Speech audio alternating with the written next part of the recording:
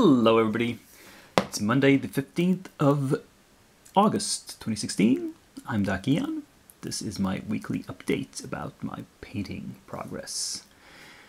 Now front and center we have the three mongrel men from Otherworld Miniatures that I painted up. Oops. And I can't hold them still. They, I went with sort of drab looking clothing because realistically that's what they would be wearing. They wouldn't be in bright colors. These two color schemes turned out a bit similar to each other, I think, but the miniatures themselves are different enough that I don't think that matters very much. Now in the rear rows here we have my hassle-free miniatures that I painted. This is, let's see if we can get some light on all of them, including this one. Here we have a bunch of various bar patrons. We have a dwarf with a tankard of ale, we have a minstrel, we have the guy tending bar, we have the serving girl, and we have a, well, in the catalog she's called a harlot. You can make up your own mind about her profession. And yeah. And here we have some other random villagers. We have the village idiots. We have the old man, the old woman, and the torturer. Though he looks more like a Mexican wrestler. Now, some of these turned out a bit glossier in the finish than my usual miniatures, especially this one. You can probably tell he's quite shiny. This is because I'm trying out a new varnish. I'm trying out the new Army Painter satin varnish, whereas I've previously used the Winsor Newton, and it's glossier. I mean, satin is not a set value. I mean, you can say that a gloss varnish can be fully 100% gloss, and a matte varnish can be 100% matte. But between that, there is a wide range of what you could call semi-gloss or satin. And so, yeah, so the Army Painter one is closer to gloss. It's a rather shiny satin finish. And I think it's okay for these figures. I mean, this guy being shiny, sure, he can, his muscles could be oiled up and he could have some sort of shiny fabric in his, it could be, you know, this is not fabric, this is leather in his hood and his onesie, you can say that, and they're polished to a little bit. But for general use, this is a bit too shiny, and I don't want to go full matte normally because I've found that the Winsor Newton satin, I'm going to have to pick up another can of that because I like the effect quite a lot. Anyway, have I finished anything else? Yes, there is in fact more. I kind of rushed through all the zombies from the Dungeon Monsters Kickstarter, and you can see them lined up here. Now, these are of course not as carefully painted as the previous minis, because these are just rank and file monsters, and the models themselves don't really lend themselves to very detailed painting. If I'm just let me show you an example. This the Amazon zombie here.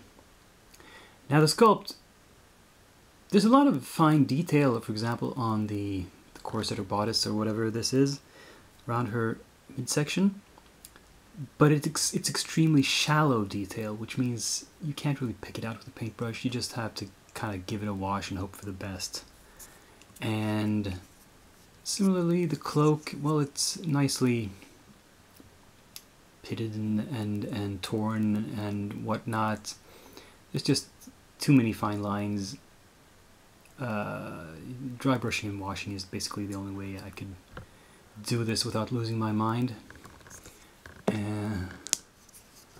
Whereas here the musculature is pretty well defined, but still I didn't feel like going for broke on detailing every single little muscle the way I would on a character mini. But, you know, these are good enough for dungeon mooks. You know, stuff that's put out there on the map and then falls a round or two later because they don't have that many hit point zombies. Anyway, let's see how there's also a bunch of skeletons in this Kickstarter pack, which I started to show you last week. Let's see how far I've gotten with those. Here we have the skeletons out of my balcony with a coat of primer on them. The skeleton bone primer, of course, for skeletons from Army Painter. And I think you can see that there's still glints of metal showing on some of them, because I've been working on my priming technique. I'm trying to learn how not to over prime, but just putting down a very thin primer layer, because yeah, you don't need any more. The paint, you don't have to cover the metal completely with a primer. You do that with the next coat of paint. And yeah, since I'm speed painting these as well, I expect all of these to be done by next Monday. So I thought I'd show you what's next in the process, what I intend to put into production. Mostly a bunch of Frostgrave stuff, mostly North Star miniatures. We have, these are actually treasure tokens, the more advanced treasure tokens. The Armor Rack and Lectern. We have, I think it's a Vampire and Wraith.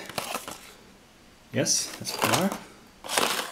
We have a couple of armored skeletons. That's what they're called. We have 2 Wraith Knights.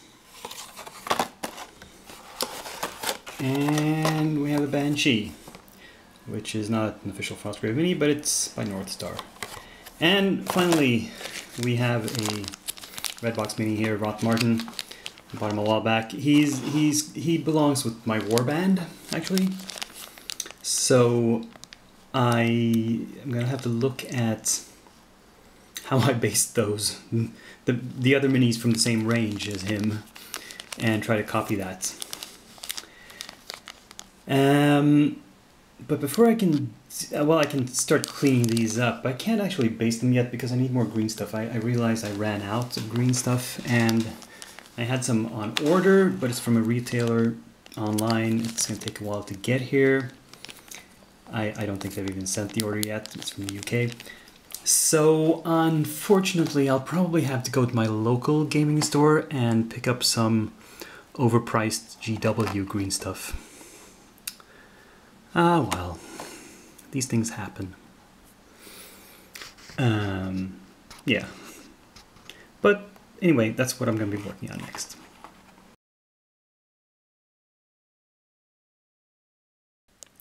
And here we have the fruits of another Kickstarter that I probably shouldn't have backed, but oh well, they were shiny. This is a bunch of cultists and villagers that are sort of half-breed deep ones. They're supposed to be, really have the Innsmouth look to them. Let's bring out a selection of guys here. Here we have some sort of sailor. I don't know, he's holding a paddle, I don't know. And this guy has a harpoon, so he's a whaler. And here's a guy in a hoodie. He's carrying a big fish. And here's a hunch of a guy with a big machine gun. I just thought these were really interesting, and here's another guy with a shotgun. And the thing is, I was actively playing several Cthulhu-esque games at the time I ordered these, or rather backed the Kickstarter. But now that they've arrived, I'm not actually playing that anymore. I'm more into fantasy, playing D&D. So the timing is a bit off. And I don't feel any immediate urge to paint these. You see they have these fishy or sort of octopoid faces. All of them. And some of them are armed. But they're really nice minis. I forget. I should probably check where they're from. So the company that makes these is called Blind Beggar Miniatures. It's based in the UK. This particular Kickstarter was called The Secret of Innsmouth, and this box contains a grand total of 35 minis added to my pile of unpainted stuff. But, you know, if I ever get around to them, they are very simple, clean sculpts, the kind that I like. This is another reason I picked them up. Not a lot of extraneous detail, which means they are relatively quick and pleasant to paint. So, you know, once I circle back around to Cthulhu type games, I'll probably paint these up relatively quickly. Yeah. So that was it for this week. I thank you for watching. If you haven't subscribed to my channel yet, please do so. And you can like the video and leave a comment if there's anything else you're wondering about, or if you just want to make a shout out. And I will see you next week.